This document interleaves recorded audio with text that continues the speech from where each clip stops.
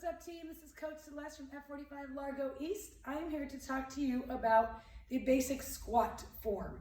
All right, you're going to see a squat pretty much in every class we do here at the studio, whether it's strength, cardio, or our hybrid Hollywood class.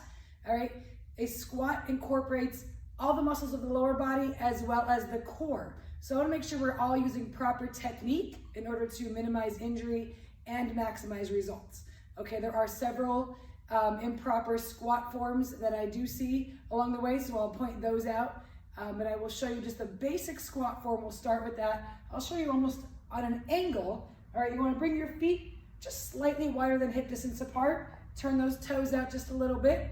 All right, and then we're going to kick back through those glutes. You can bring your hands out for that counterbalance as a beginner, and you're going to sit down as if you're sitting down into that chair. All right. Basics, making sure those knees do not come past those toes. Keep that weight shifted back. Making sure that upper body is not rounded. You want to keep those shoulder blades pulled back, chest up nice and tall, head is up, keeping that core engaged, and you're going to come back up and squeezing the glutes at the top. All right? Now, we are all built differently, so all of our squats will look different. All right? Some of us have some imbalances in those hips. All right? So when you start, you want to make sure your feet are on that same line, that same plane.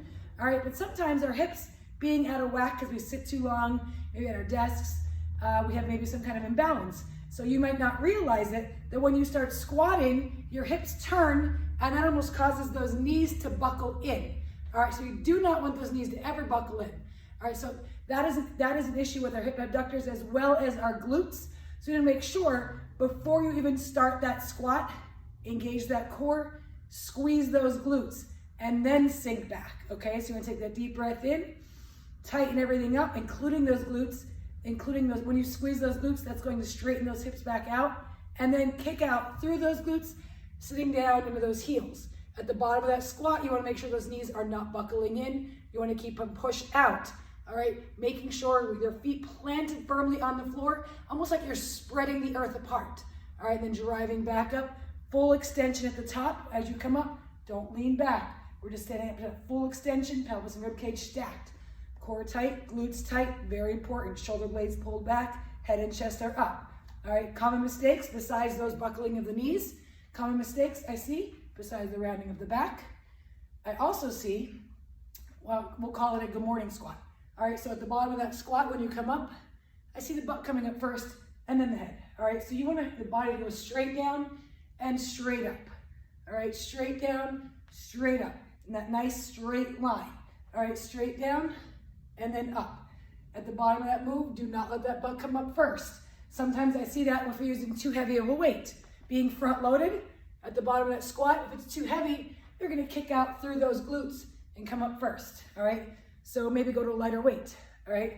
Another thing I see is called the butt wink. You know, it's a weird term, all right? But the butt wink, what that is, basically it's when you come down to the bottom of that squat, your pelvis almost tucks under. Your lower back rounds and your pelvis tucks under, all right? We don't want that because that's gonna put some pressure and pain in that lower lumbar spine.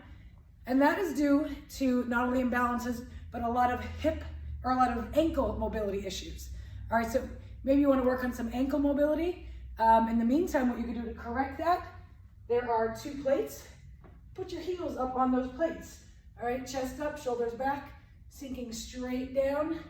That's going to correct that butt wink.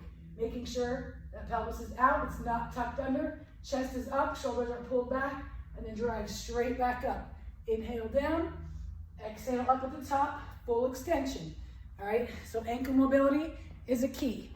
All right, so obviously there are so many different variations of squats. That's just the most basic. Wider squat, sumo stance. Toes are pointed out on that 45-degree angle. That's gonna target more of the glutes and the hamstrings. Closer stance, more of those quads, all right? If you have those ankle mobility issues and you're on those plates, if you don't have plates, maybe open up your feet a little wider. All right, those feet a little wider, you're gonna eliminate some of that butt wink, okay? You could do that as well. But yeah, we do so many variations to, you know, front squats, back squats, goblet squats, all the squats, all right? So get down that basic form first and foremost, and then we'll progress to the rest, all right?